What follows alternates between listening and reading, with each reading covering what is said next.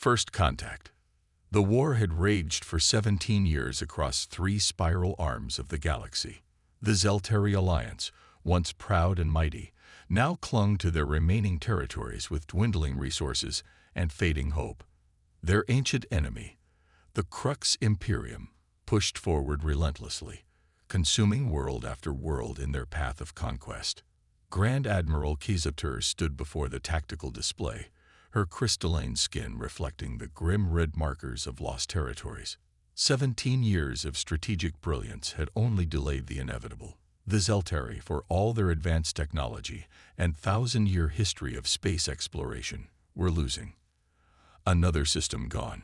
She whispered to her senior counsel. Proxys 9 fell last night. The defense fleet was obliterated. High Commander Velnoth, her most trusted advisor, stepped forward. Admiral, the archives may have found something. A species we've never considered before. Kizatur's multifaceted eyes narrowed. We've sought allies from every corner of known space. Who remains? They're called humans. Their homeworld is Earth, a blue planet in an unremarkable system. They've only achieved FTL travel within the last 40 years. Primitives, scoffed War Minister Dazel. What use could they possibly be against the Crux war machine? Velnoth activated a holographic display. Our observers have noted something unusual about them.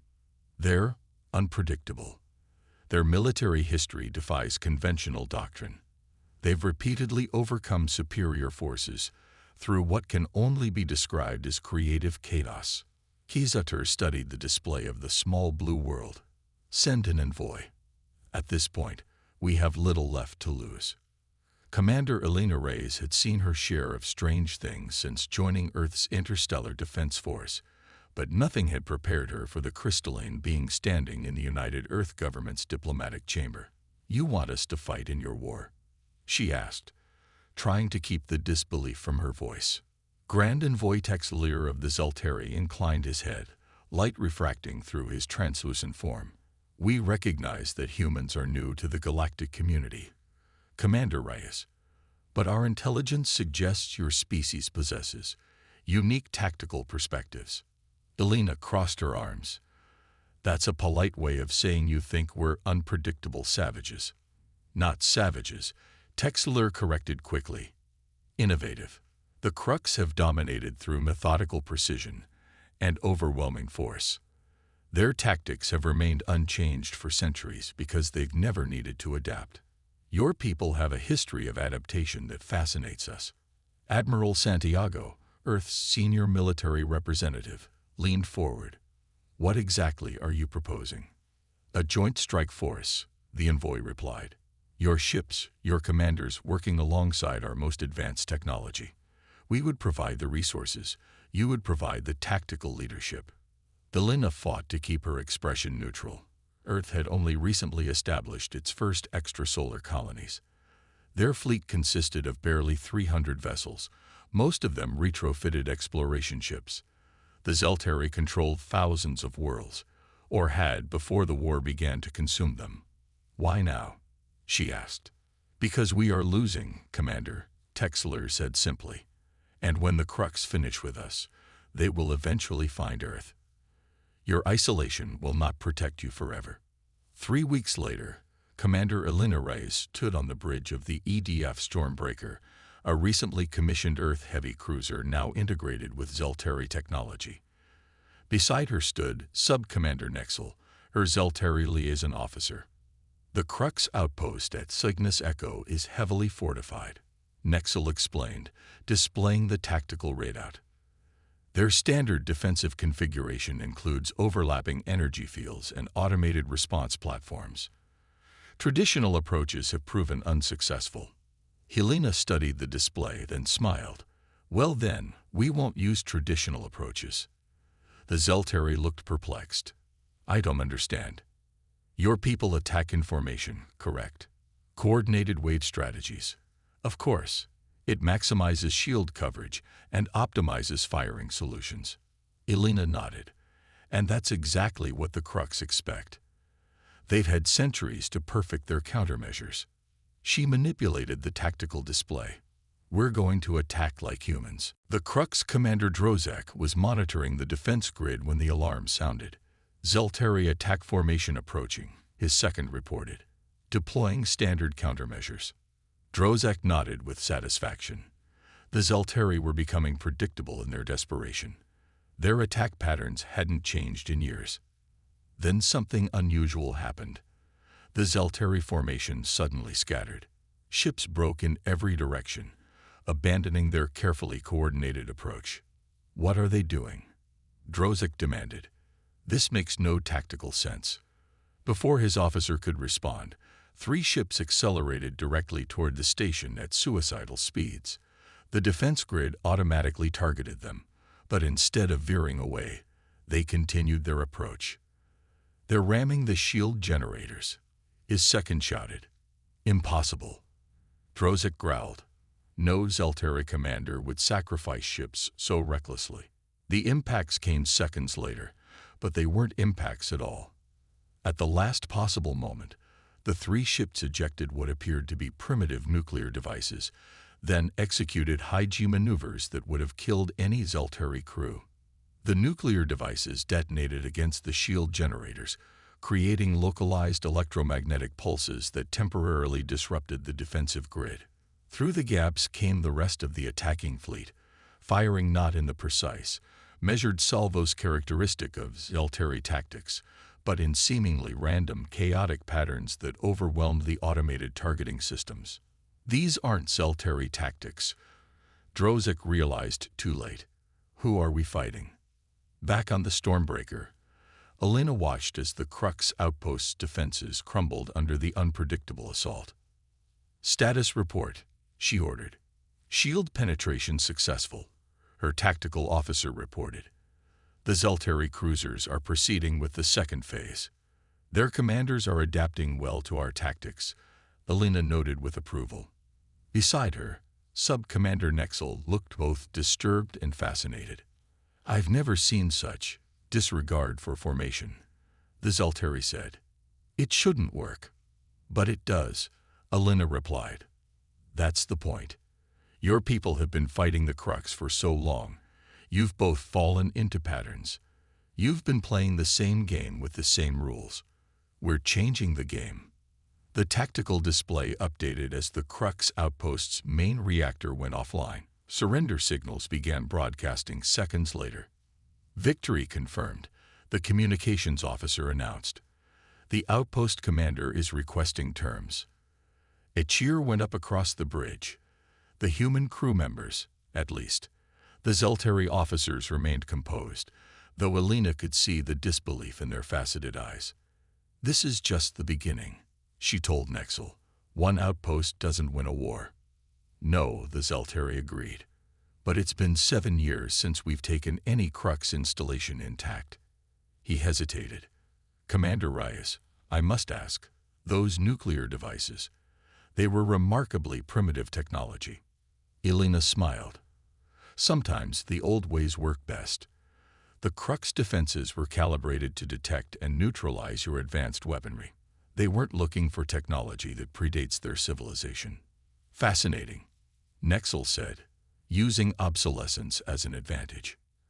Exactly. Your people have been trying to out-evolve the Crux. We're suggesting you try thinking sideways instead. Back at Zelteri Command, Grand Admiral Kizatur reviewed the battle footage with growing interest. These humans, she said softly. They fight like no species I've encountered. They take unnecessary risks, War Minister Dizel objected. Their tactics violate every principle of modern warfare. And yet they succeeded where we have failed, Kizatur countered. Because the Crux, like us, have become entrenched in conventional thinking. She turned to Velnov. Expand the program. I want human tactical advisors assigned to every battle group. There will be resistance among our commanders, Velnoth warned. The Grand Admiral's crystalline features hardened. Then they can explain their objections to the families of those who've died following our failing strategies. Pride is a luxury we can no longer afford. As the council dispersed, Kizatur remained at the tactical display, watching the replay of the battle. For the first time in years, A new emotion stirred within her, not quite hope, but something close to it. Perhaps these humans, with their chaotic, unpredictable ways, might be the catalyst that changed the course of a war that had seemed all but lost. "Inform Commander Reyes," she said to her aide. "I wish to discuss our next target." Turning the tide. The Crux High Command facility on Morbidus Prime hummed with unusual activity. For the first time in decades, an emergency council had been convened. Supreme Executor Vex Krull, ruler of the Imperium for over a century, sat motionless as holographic displays showed the fall of yet another outpost. 17 installations in 3 months, he stated, his voice a low growl that sent shivers through his subordinates. "Explain." War Tactician Morzol stepped forward, mandibles clicking nervously. "Supreme One, the Zelteri have changed. Their battle tactics have become erratic, unpredictable. They abandon formations, employ outdated technology, and sacrifice units in ways that defy logical analysis. Zelteri do not behave this way," Vex Krull said. "Their entire culture is built on order and precision. It appears they have found allies." Morzol brought up a new display showing captured footage from a recent battle. The image focused on a ship unlike the crystalline designs of the Zelteri, bulkier, more utilitarian, with unfamiliar markings. "A new species."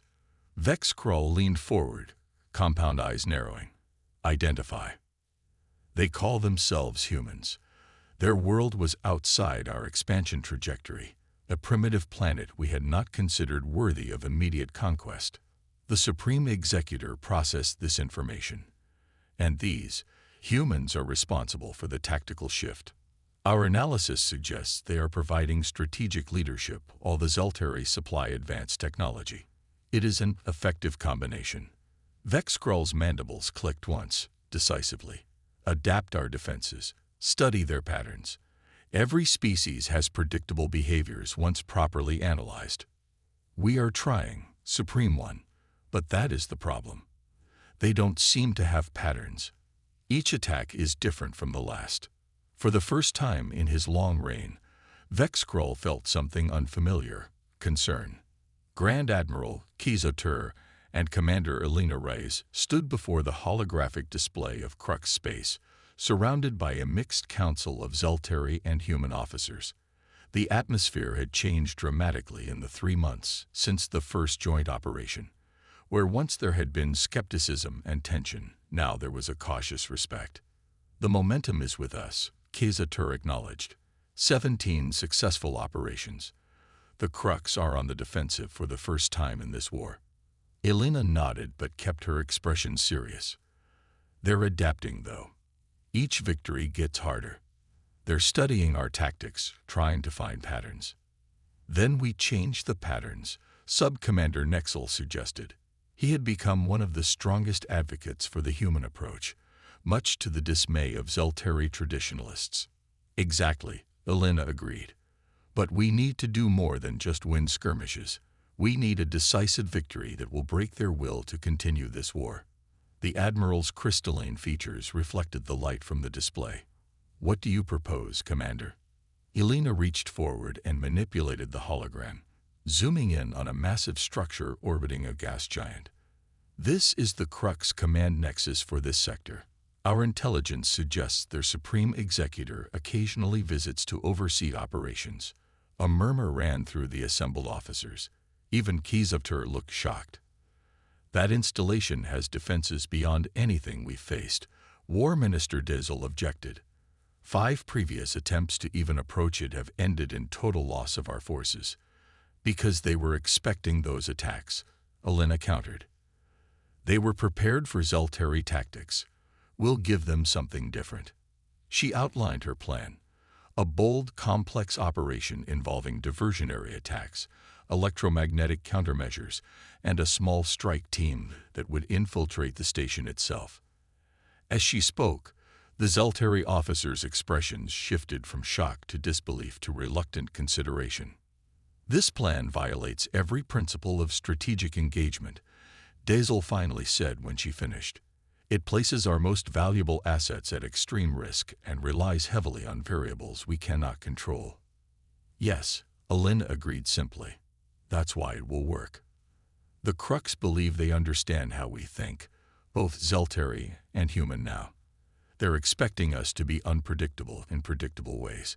Instead, we'll be methodical in an entirely unexpected direction. Grand Admiral Kizatur studied the human commander thoughtfully. It seems we have influenced you as much as you have influenced us, Commander Reyes. There is a certain, crystal clarity to this madness. The best ideas often come from synthesis, Alina replied with a smile. Zeltari precision with human creativity. After hours of debate, the plan was approved, not unanimously, but decisively enough. Operation Starbreak would commence in 2 standard weeks. The EDF Stormbreaker drifted in the shadow of a small moon, its systems running on minimal power. Aboard the bridge, Alina and her mixed human-Zeltari crew waited in tense silence. Their part in the operation was perhaps the most dangerous. A direct assault on the command nexus once the diversionary attacks had drawn away enough of the defensive fleet. Diversionary forces report ready, Communications Officer Liu announced quietly. Alina nodded. And our infiltration team. In position. Nexel confirmed from the tactical station. Captain Mercer's shuttle is docked with the maintenance satellite, as planned. The plan hinged on precise timing and multiple moving parts, each dependent on the others. If any element failed, the entire operation could collapse. It was the kind of complex, high-risk strategy that Zeltari commanders had historically avoided. But with human influence, they had begun to see the value in calculated gambles. Commence Phase 1, Alina ordered. Across 3 different vectors, Zeltari battle groups suddenly appeared from FTL, launching immediate attacks on Crux supply depots and defensive platforms. As predicted, the Crux response was swift and overwhelming. Dozens of warships breaking orbit from the command nexus to intercept the threats. They're responding exactly as anticipated, Nexel observed. Defensive coverage of the nexus has decreased by 37%. Alina watched the tactical display with intense focus. Not enough. We need at least 60% reduction before we can approach. Minutes passed as the diversionary battles intensified. The Zeltari forces fought brilliantly, employing the unpredictable tactics they had learned from their human allies, feinting retreats that turned into ambushes, dispersing formations that suddenly reconverged from unexpected angles. Defensive coverage now at 52% and dropping, Nexel reported. The infiltration team has begun their approach. On a secondary display, Alina watched as Captain Mercer's team detached from the maintenance satellite in specialized stealth suits designed to evade Crux sensors. They moved like shadows toward an access port on the underside of the Masset station. They've made it through the outer sensor grid, Liu announced, beginning their entry sequence. Alina allowed herself a moment of relief. Signal the 3rd wave. It's time to. The ship rocked suddenly as alarms blared across the bridge. We've been detected, the tactical officer shouted. 3 Crux destroyers on approach, weapons hot. Alina's mind raced. This wasn't part of the plan. The Stormbreaker was supposed to remain hidden until the infiltration team had secured their objectives. They must have upgraded their sensor arrays, Nexel said, fingers flying across his console. Our stealth systems are compromised. Options, Alina demanded. Her officers looked at each other grimly. If they fled, the infiltration team would be stranded without extraction. If they fought, they might not survive long enough to complete the mission. We fight, Alina decided, but not conventionally. Helm, take us into the debris field around the 4th moon. Tactical, prepare the modified transponder array. Her crew exchanged confused glances, but moved to comply. The Stormbreaker accelerated toward a dense field of asteroid fragments and derelict ships, the remains of previous failed assaults on the Nexus. What are you planning, Commander? Nexel asked as the pursuing Crux ships adjusted course to follow. Alina's expression was determined. something the Crux would never expect. We're going to make them fight themselves. The modified transponder array was a recent innovation, a device capable of mimicking the identification signatures of other vessels. As the Stormbreaker wove through the debris field, it began broadcasting false Crux IFF signals, creating the impression that multiple Crux vessels were attacking each other.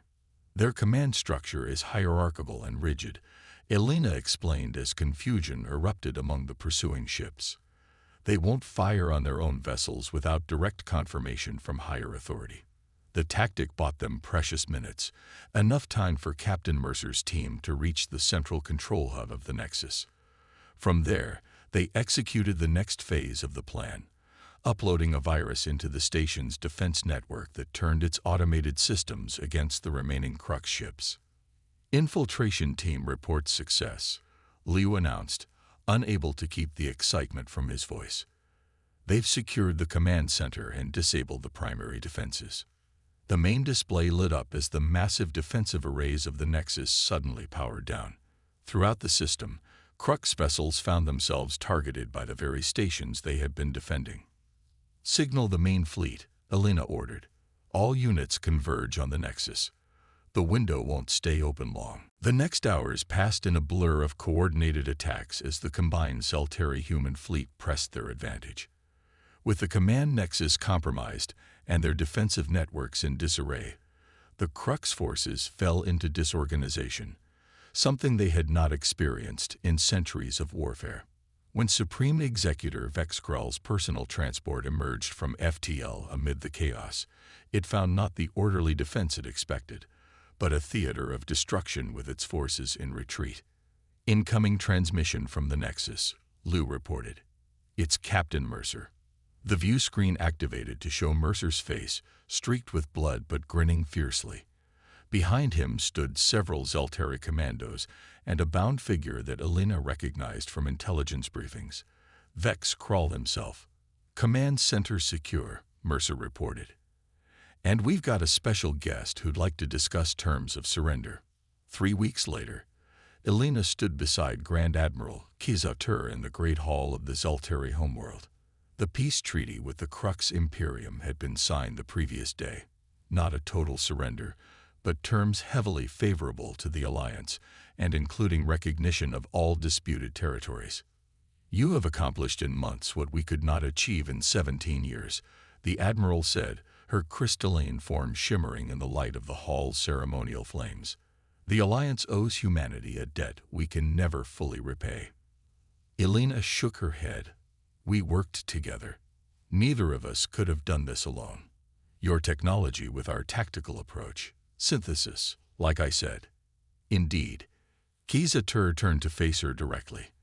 The Council has proposed a permanent alliance between our peoples, not just military cooperation, but cultural, scientific, economic integration. Would your government be amenable to such an arrangement? Elena smiled. I think we would. There's a lot our species can learn from each other. There is wisdom in that perspective. The Crux failed because they believed in their own superiority so completely that they became static, unchanging. The Zeltari nearly lost because we allowed ourselves to become predictable. Perhaps the greatest strength is not in power or technology, but in the ability to adapt, to synthesize, to evolve. That's the human way, Elena said. We've never been the strongest or the most advanced, but we've always been good at adapting, at finding new solutions to old problems. As they looked out over the assembled diplomats and officers, human and Zeltari standing together in celebration, Elena reflected on the unlikely journey that had brought them here. From first contact to decisive victory in less than 6 months. From strangers to allies to friends. The war was over, but something new was beginning. A partnership between two very different species that had found strength in their differences rather than conflict. And as the twin sons of the Zeltari homeworld sat on the first day of peace, Commander Elena Reyes knew that this was just the beginning of humanity's journey among the stars. Not as conquerors or subjects, but as equals, ready to learn, to teach, and to grow alongside their new allies in the vast, mysterious universe they now shared.